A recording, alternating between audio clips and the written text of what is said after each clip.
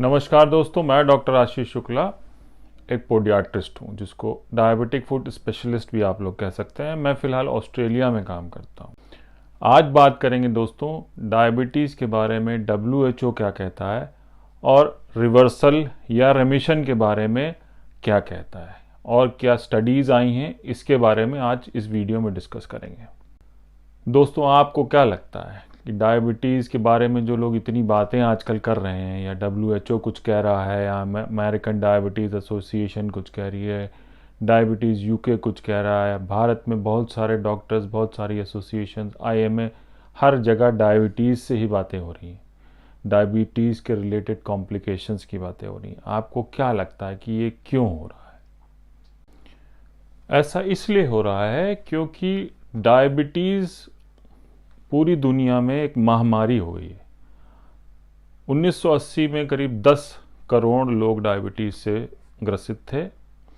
जो 2014 में जब ये रिपोर्ट पब्लिश हुई, तब जाकर करीब 40 करोड़ से ज़्यादा, 42 करोड़ के ऊपर डायबिटीज़ के मरीज ऑल ओवर वर्ल्ड हो चुके थे।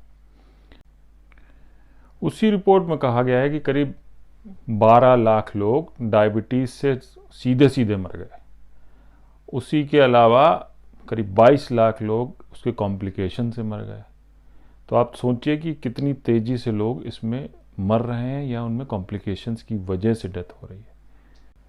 तो कॉम्प्लिकेशंस में पहले बता चुका हूँ कि कार्डियोवैस्कुलर रिस्क सबसे ज़्यादा बढ़ जाते हैं। हार्ट अटैक, हार्ट से मौत, हार्ट की और कोई प्रॉब्लम से मौत। उसके अलावा ब्रेन स्ट्रोक्स हो जाते हैं, किडनी फेलियर से लोग मर जाते हैं, पैर कट जाते हैं। तो ये कुछ कॉम्प्लिकेशंस ऐसे हैं जिनको WHO और सारी एजेंसीज प्रिवेंट करना चाहती हैं। इसीलिए डायबिटीज़ में क्योर नहीं है, लेकिन प्रिवेंशन की बातें होती हैं। प्रिवेंशन की वजह से डायबिटीज़ को हम लोग रोक सकते हैं, उसका धीरे धीरे कॉम्प्लिकेशंस को रोक सकते हैं। तो मेजर रोल यही है कि कॉम्प्लिकेशंस कम से कम हों और कम से कम लोग इसकी वजह से मरें। जनरली डायबिटीज़ के मरीजों को 4 स्टेजेस में डिवाइड किया गया है। एक नॉर्मल GTT, जैसे नॉर्मल ग्लूकोज है, और वो आगे चल करके प्री डायबिटिक्स में चेंज हो जाता है। उसके बाद एक डायबिटिक रेंज में चेंज हो जाता है, और उसके बाद कॉम्प्लिकेशंस की कैटेगरी आ जाती है। 2016 में WHO ने एक रिपोर्ट और पब्लिश करी जिसमें उसने ये कहा कि डायबिटीज़ को रिवर्सल भी कर सकते हैं। उस टाइम पर रिवर्सल शब्द का यूज़ हुआ, बाद में उसको रेमिशन में चेंज कर दिया गया। रिवर्सल का मतलब यहाँ पे ये समझाया गया कि कुछ ऐसी कंडीशंस जिसमें डायबिटीज़ है उसको आप नॉर्मल लेवल पे ला सकते हैं। तो जो रिवर्सल की बातें होती हैं वो 3rd स्टेज तक चलती है। जैसे डायबिटीज़ हो गई, उसको अर्ली स्टेजेस में वापस कर सकते हैं। वापस का मतलब कि आपके शुगर लेवल्स को नॉर्मल लेवल पे ले आए, डाइट्स की वजह से और एक्सरसाइज की वजह से। और तीसरा है सिग्निफिकेंट वेट लॉस की वजह से। अब इस सिग्निफिकेंट वेट लॉस और रिवर्सल और डाइट और इन सब पे बहुत सारी स्टडीज़ हुई, और मेजर 2-3 स्टडीज़ की बात यहाँ करूँगा। एक स्टडी की बात WHO ने अपनी रिपोर्ट में भी करी है। उसमें उन्होंने 15 फीमेल्स को और 10 मेल्स को लिया और उनको 8 वीक का लो कैलोरी डाइट पे रखा। लो कैलोरी डाइट का मतलब 800 किलो कैलोरी से कम की डाइट पे रखा। तो 8 वीक्स में चेंजेस दिखना शुरू हो गए और 12 वीक में अच्छे खासे चेंजेस आ गए। तो यही फॉर्मूला हर जगह इस्तेमाल होने लगा है कि डायबिटीज़ के पेशेंट्स को, अर्ली डायबिटीज़ के पेशेंट्स को हम लोग वेट लॉस प्रोग्राम्स में ला सकते हैं। अब उसको लाने का तरीका ये होता है कि उसमें लो कैलोरी डाइट या लो कार्बोहाइड्रेट डाइट पे डाल सकते हैं, और वो 8 वीक्स तक उस पे रहेगा और 12 वीक्स तक काफ़ी कुछ आपका वेट लॉस हो जाता है। एक डायरेक्ट स्टडी है UK की, उसमें वो कहते हैं कि अगर आपका 15 किलो तक वज़न कम हो जाता है तो आपके HbA1c के लेवल में सिग्निफिकेंट रिडक्शन हो जाता है। अब रेमिशन किस किस में पॉसिबल हुआ? पहली कैटेगरी हुई वो जो सीवियर वेट लॉस जिन्होंने किया, उनमें पॉसिबल हुई। दूसरा वो महिलाएं जिनको जेस्टेशनल डायबिटीज़ हुई। जेस्टेशनल डायबिटीज़ का मतलब ये हुआ कि वो पहले डायबिटीज़ नहीं थी, पर प्रेगनेंसी के दौरान उनकी शुगर लेवल ज़्यादा आने लगी, इसलिए वो जेस्टेशनल डायबिटीज़ में हो गई। ये शुगर कभी कभी डिलीवरी के बाद नॉर्मल चली जाती है, पर कुछ केसेस में ये हाई बनी रहती है। तो इस पॉसिबल में इसको भी रेमिशन में जोड़ा गया। तीसरी चीज़ जोड़ी गई after bariatric surgery. Bariatric surgery एक ऐसी सर्जरी है जिसमें कई टाइप से करी जाती है, जिसमें पेट में, आंतों में ऐसी बैंडिंग कर देते हैं, या स्लीव सर्जरी कर देते हैं, या बलून कुछ और तरीके से कर देते हैं। वो बहुत एक बड़ा टॉपिक है, उसमें कभी और बात करेंगे। उसकी वजह से क्या होता है, जब वो सर्जरी कर देते हैं तो काफ़ी कुछ वजन कम हो जाता है। करीब 35 से 40 किलो तक का वजन भी लोगों का कम हुआ है। उसकी वजह से डायबिटीज़ आपकी कंट्रोल में आ गई, शुगर लेवल्स भी बहुत अच्छे हो गए, आपकी दवा फिर छूट गई क्योंकि वेट रिडक्शन इतना ज़्यादा हुआ इसलिए। चौथा हुआ जो स्ट्रेस की वजह से लोगों की शुगर लेवल्स हाई रहते हैं। प्री डायबिटिक थे, स्ट्रेस की वजह से शुगर लेवल्स हाई हुए। जब स्ट्रेस ख़त्म हो गया या कम हो गया तो वो शुगर लेवल्स नॉर्मल चले गए, तो ये भी रिमिशन में चले गए। पांचवा वो हुए जो ड्रग इंड्यूस्ड हुए। ड्रग इंड्यूस का मतलब कि स्टेरॉयड एक ऐसी ड्रग है जो कि आपकी शुगर लेवल्स को बहुत तेज़ी से बढ़ा देती है। कोविड के दौरान बहुत लोगों को स्टेरॉयड्स भी दिया गया, जिसकी वजह से उनकी शुगर लेवल्स बढ़ गए। जब स्टेरॉयड बंद हुआ तो वो नॉर्मल आ गए। अब अगर हम लोग भारत की बात करें तो भारत ज़्यादातर कार्बोहाइड्रेट रिच डाइट फूड के लिए माना जाता है, इसीलिए डायबिटीज़ बहुत कॉमन है भारत में, और इसीलिए डायबिटीज़ कैपिटल भी भारत को कहा जाता है, क्योंकि यहाँ बहुत तेज़ी से केसेस बढ़ रहे हैं। अब भारत में दो टाइप की डाइट जो होती है वो कॉमन है, एक राइस रिच डाइट या राइस प्रीडोमिनेंट डाइट, और एक व्हीट प्रीडोमिनेंट डाइट होती है। साउथ में राइस और नॉर्थ ईस्ट में राइस ज़्यादा यूज़ करते हैं, नॉर्थ में और वेस्ट में गेहूं का ज़्यादा यूज़ होता है, इसलिए इन दोनों को ज़्यादा लेते हैं। तो डायबिटीज़ में अब कैटेगराइज ये करेंगे कि लो कार्बोहाइड्रेट डाइट या फिर लो कैलोरी डाइट। अब यहाँ पे जब लो कार्बोहाइड्रेट डाइट और लो कैलोरी डाइट की बात आई तो बहुत सारे लोग अब सजेशंस में आ गए।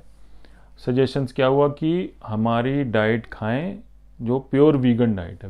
वीगन डाइट का मतलब ये हुआ कि आप उसमें दूध के प्रोडक्ट भी नहीं लेंगे, कोई एनिमल प्रोडक्ट भी नहीं लेंगे, और उसको आप खाएंगे तो आपकी शुगर लेवल कम हो जाएगी। तो ये कैटेगरी आ गई लो कार्बोहाइड्रेट डाइट में। दूसरी आई low calorie diet. Low calorie diet में क्या करेंगे कि आपने अपनी रेस्ट्रिक्ट कर दी calories, total intake 800 kilo calorie से ज़्यादा दिन में नहीं लेना है। तो उसकी वजह से जब आपके शरीर में आपका कार्बोहाइड्रेट्स कम गए, कैलोरीज कम गई, तो उसकी वजह से बॉडी ने अपना फैट यूटिलाइजेशन शुरू किया और उसके बाद आपका वेट कम होने लगा। तो इन दोनों चीज़ों में आपका वेट कम हुआ, इसलिए आपका कार्बोहाइड्रेट लेवल कम हुआ, और इसीलिए आपकी शुगर लेवल्स भी नॉर्मल आ गए। तो ये डाइट जनरली 3 महीने में अपना असर काफ़ी अच्छा दिखा देती है। इसी बात को फ़ायदा उठा करके लोग आजकल गारंटी ले लेते हैं कि 3 महीने में डायबिटीज़ गायब, 3 महीने में HbA1c 15 से 4 आ गया, 3 महीने के अंदर हम जादू कर देंगे। तो यहाँ पे ये खेल शुरू हो जाता है। अब आते हैं कि डायबिटीज़ में एक्चुअली होता क्या है। होता ये है कि जैसे आपको शुगर लेवल्स आपके ब्लड में बढ़ी हुई हैं, बॉडी के अंदर शुगर मेटाबॉलिज्म का प्रोसेस स्टार्ट हुआ, उसने उस शुगर को यूटिलाइज करना शुरू किया, पर किसी लेवल पे आकर के शुगर ज़्यादा हुई। तो शुगर जब ज़्यादा हुई तो उसने उसको फैट में कन्वर्ट करके लीवर में और मसल्स में और जहाँ जहाँ स्टोर कर पाए उसको स्टोर कर लिया। उसमें विसरल फैट भी स्टोर हो जाता है, जो आपके ऑर्गन्स हैं जैसे आंतें हैं और किडनी है और पेट की बाउंड्रीज हैं, उसमें फैट का डिपोजिशन शुरू हो जाता है।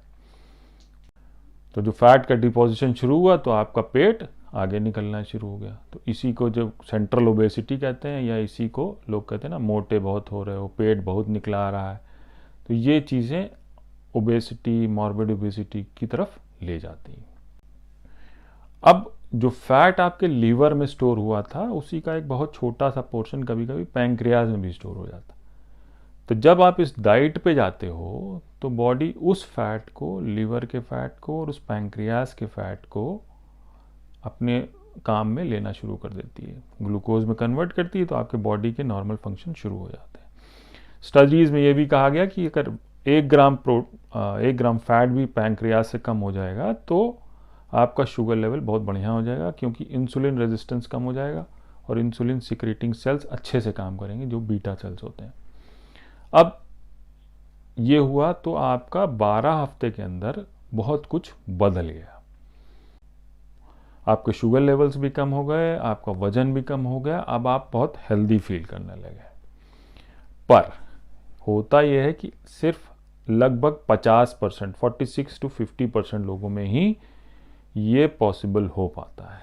बहुत सारे लोगों में ये पॉसिबल नहीं हो पाता है। अब ये रेमिशन जो है कब कब पॉसिबल हुआ, किस किस में पॉसिबल हुआ, इस पे बात करेंगे। रेमिशन पॉसिबल हुआ जब 15 किलो वजन कम हो गया, तो काफ़ी लोगों में ये कम हुआ। 3 स्टडीज़ मेन, एक कतर में हुई, एक डायरेक्ट स्टडी लंदन में हुई और एक WHO ने अपनी उसमें पब्लिश करी है। तो इन स्टडीज़ में ज़्यादातर यही कहा गया कि 15 किलो का वजन जब कम हो जाता है तब आपके शुगर लेवल्स अच्छे हो जाते हैं।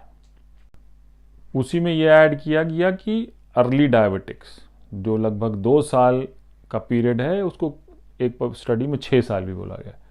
तो 2 से 6 साल के पीरियड के जो डायबिटिक्स हैं, जो कम गोलियां लेते हैं, ज़्यादा टैबलेट्स पे और उस पर इंसुलिन पे नहीं, उनकी बात नहीं हो रही है, जो कम गोलियां लेते हैं या इंसुलिन थोड़ी मात्रा में लेते हैं, उनमें ये पॉसिबल हुआ। उसके अलावा ये ज़्यादातर पॉसिबल हुआ मेल्स में, पुरुषों में ज़्यादातर ये पॉसिबल हुआ। और पॉसिबल इसलिए भी हुआ क्योंकि वो लेस मेडिसिन्स पे थे। और इंसुलिन का जो सिक्रीशंस था, जो पैंक्रियास से बन रही थी इंसुलिन, वो बहुत अच्छी बन रही थी आफ्टर वेट लॉस। उसके अलावा जब वेट लॉस हुआ तो विसरल फैट भी कम हुआ। विसरल फैट का मतलब जो आपके पेट में अंदर की तरफ फैट था वो कम हुआ। और इसके अलावा अगर आपकी मेंटल स्टेटस, हेल्थ अच्छी थी तो भी ये पॉसिबल हो पाया। तो कुल 5-6 कारण की वजह से ज़्यादातर पॉसिबल हो पाया। इसलिए इसी स्टडी में ये कहा गया कि हर आदमी को रेमिशन नहीं होता, लगभग 46 to 50% लोगों को ही रेमिशन होता है। इस बात को ध्यान में रखिए। तो अब आता है कि रेमिशन हो गया, अब आगे क्या करना है। आगे ये करना है कि आपको ये मेंटेन करना है। ज़्यादातर लोग मेंटेन नहीं कर पाते हैं। उसके कारण मैंने पिछले अपने वीडियो में बताया था कि क्या होता है, जैसे थेरेपीज़ हुई या डाइट हुई या जो भी लोग स्टार्ट करते हैं वो कंटिन्यू नहीं कर पाते हैं। तो कंटिन्यू जब नहीं कर पाते हैं तो वेट फिर से बढ़ने लग जाता है।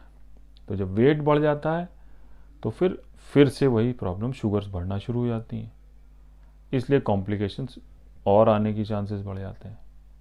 तो दोस्तों ये बात ध्यान में रखने वाली है कि अगर आप कोई भी रेमिशन प्रोग्राम या रिवर्सल प्रोग्राम आप कर रहे हैं, बहुत अच्छे से करें और उसको कंटिन्यू भी ज़रूर करें। अगर आप कंटिन्यू कर सकते हैं तो बहुत अच्छी बात है, नहीं कर सकते हैं तो इस बात का ध्यान रखें कि आप अपना वज़न ना बढ़ने दें। आप अपने ही डाइट में अपने हिसाब से कैलकुलेशन कर लें कि क्या खाने से वज़न बढ़ता है, क्या नहीं खाने से बढ़ता है, कौन सी एक्सरसाइज कंटिन्यू करनी है और किस बात से आपको स्ट्रेस ज़्यादा होता है। तो ये 2-3 चीज़ें अगर आप मैनेज कर ले जाएंगे तो इस रेमिशन का फेज़ जो है आपका और अच्छा होता चला जाएगा। तो दोस्तों इसी बात पे अपना ख्याल रखें, अपनी सेहत का ख्याल रखें और डायबिटीज़ से डरें नहीं, उसका सामना बहुत अच्छे से करें, बहुत अच्छे से मैनेज हो जाएगी। बस कुछ तरीकों को अपनाना है। इसी के साथ नमस्कार।